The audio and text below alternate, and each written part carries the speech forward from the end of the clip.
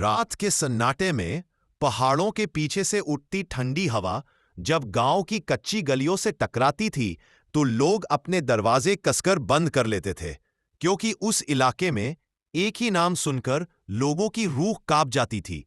कंचना। कहते हैं कंचना पहले इंसान थी, एक साधारण औरत, लेकिन गांव वालों के अत्याचार और धोखे ने उसकी आत्मा को जलाकर एक भयानक रूप दे दिया। अब वह न इंसान थी न पूरी आत्मा, वह थी बच्चों को निगल जाने वाली छाया।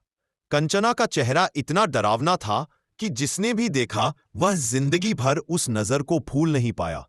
उसकी आंखें लाल, बाल उलझे हुए और शरीर काला जैसे कोयला। वह रात में पैरों पर उल्टी लटकती और अपने लंबे नाखूनों से जमीन पर खरोंचें डालती रहती। एक रात, आधी रात के बाद, जब गांव गहरी नींद में था, तभी अचानक हवा में एक अजीब सी गंध फैलने लगी, सड़ी हुई मिट्टी और खून की। और पेड़ों की डालियां बिना हवा के ही हिलने लगी। तभी वो आई, कंचना। वह गांव की सीमा पार करते ही बच्चों की हल्की सी आवाज सुनने लगी। उसकी आंखें चमकीं और वह पागलों की तरह झपट पड़ी।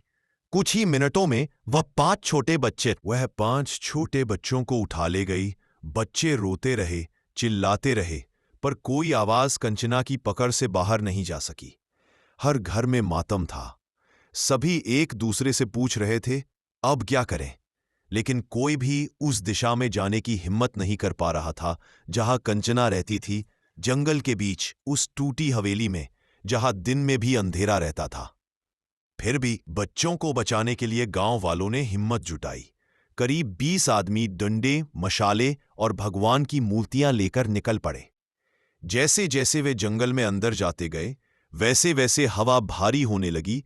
पेड़ों की डालियां उन पर झुकने लगीं, मानो उन्हें वापस लौटने की चेतावनी दे रही हों।